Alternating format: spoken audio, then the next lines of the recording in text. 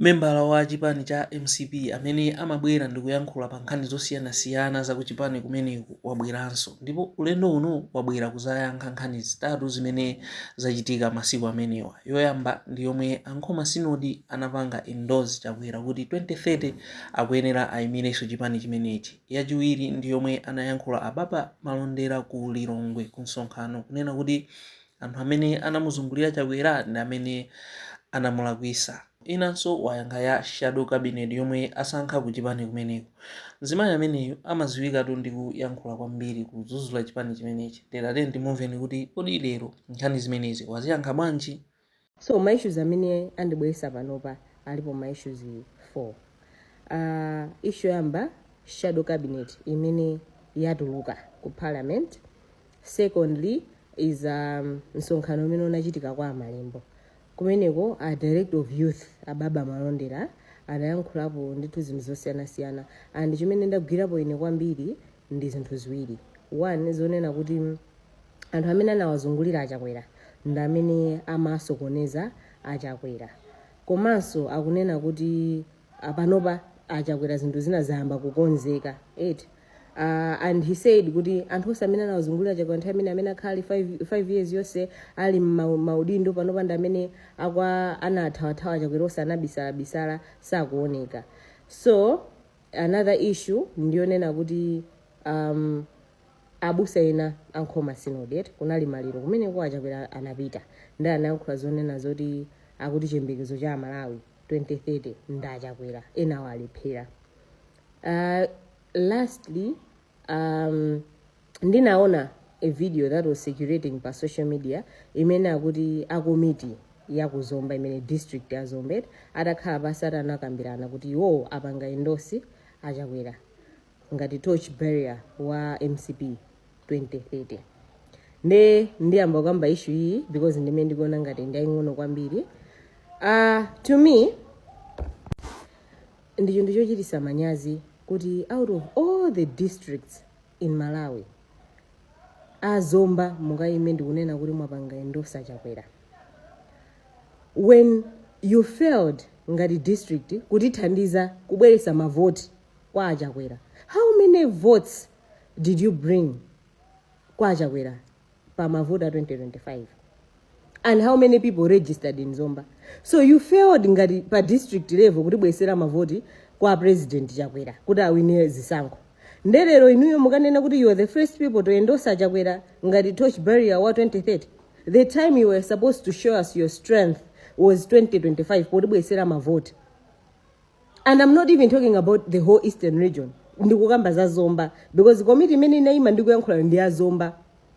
You failed, completely failed. Munakanika kutithandiza.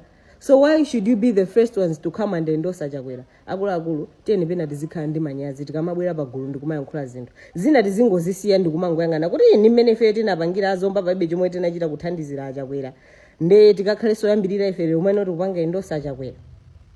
So nthawi zina zake tisamangoyankhula kuti tifuna kuti Chakwera atitameka, you have your own personal reasons zimene mukuyamikira Chakwera, komano pa chilungamo munakanika inuyo ngati Azomba panokha kubweretsa mavoti ku MCP. Out of 200 something votes amene anabwera ku Zomba, how many did you give Chakwera? So it is very unfair for you guys to be coming and telling us that you have endorsed Chakwera. Secondly, issue ya shadow cabinet. I for one ndimona ngati kuti mwina ulendo uwu ngati chipani tipangako chinthu chowaonetsako anthu kunjako kuti I think MCP idi yasinthadi kutengera ndi machitidwe ake azinthu. I think it has started rebranding itself, but by just looking at the shadow cabinet akuluakulu, there's nothing that MCP has changed. In fact, forget about winning the government because we are still living in a joke that we have lived for the past 5 years that we were in government. Cabinet yonena kuti yosapereka olojikoka kuti mwina kuti munthu ukhala ndi chidwi chonota hingi cabinet yake takhala iyi mwina di zinthu dizikhoza kusintha. Nditu the same people omwe aja ndithu amene anasokoneza aja amene anathandizira kuononga aja, they are still in the same cabinet. Anthu amene anapangisa zonoti tisawinenso aja anthu amene sanafune aja ali mu cabinet momwemo, ena ndio kuchita kuchoka pa deputy minister kupita no pa full minister, the same people. And do you think anthu angatikhulupirira. Yeah, so ineyo that shadow cabinet, I'm telling you, it's rubbish, and there's nothing that has shown kuti ngati chipani chasintha, nothing. And we need to work extra hard, otherwise we should forget about winning the elections. So ndibwere kuishwa abusa ACCB zimene anayankhula kumene kwa Nkhoma Synod.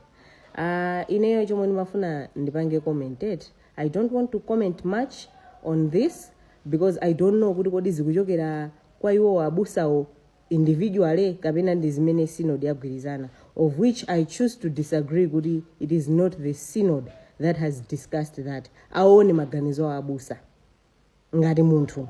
I think he has got his own personal reasons and his personal relationship in Chakwera, which ineyo I'm also in Nkhoma Synod member. But there's no way I can support and endorse Chakwera.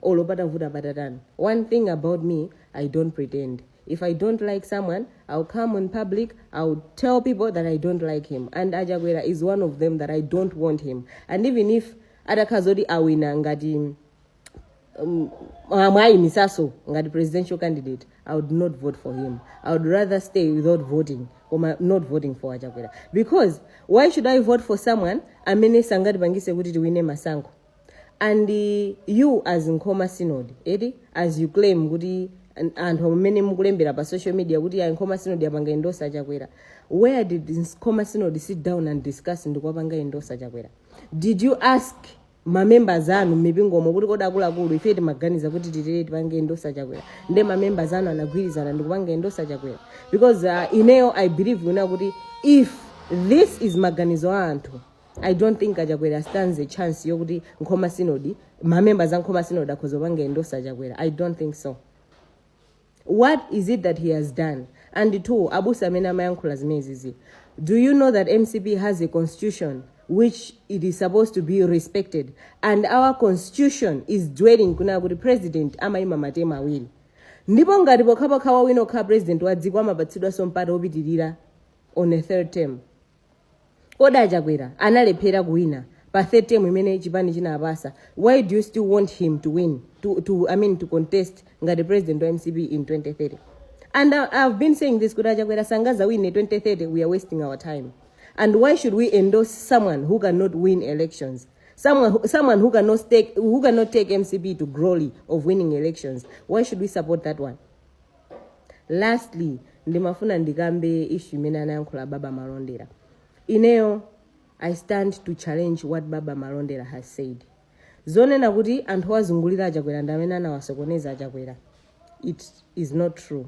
Because many anthu mukwadziwira Chakwera, aliyese ababa amene akumvera video, akuonera video imene amene anagwira ntchito nda Chakwera, aliyese atha kuvomerezana ndine kuti Chakwera ni munthu mmodzi amene samva za munthu. So there is no way munthu angapite kukana miza Chakwera ndi kuapusisa Chakwera kwasokoneza Chakwera. Chakwera ndawasokoneza anthu. Chakwera doesn't listen to anybody. And do you think munthu angasokoneza Chakwera? In fact, ngati pana anthu amene mukwasokoneza Chakwera, ndi anthu amene mukwapanga support panopa ataluza amene mukwapanga kuti awinebe. You are the people amene mukwasokoneza Chakwera. And those amene amukunota nasokoneza ali mboma, they are better off. Amene panopa katimu kamene mwapanga kapanopa kamene mukuti you are endorsing Chakwera, you are siding Chakwera kuti Chakwera ndamene atakhale president wa MCP. You want to break the constitution because of your personal relationships in Chakwera. And this is Malawi Congress Party. That will not stand. We are not going to watch Chakwera come and destroy Malawi Congress Party, just coming to break the constitution. For what reason should we support him? What has he done at party level and at national level? He was given the national responsibility to govern this country. What did he do? He misused the opportunity on his own. He was ruling the government as if akubanga internship.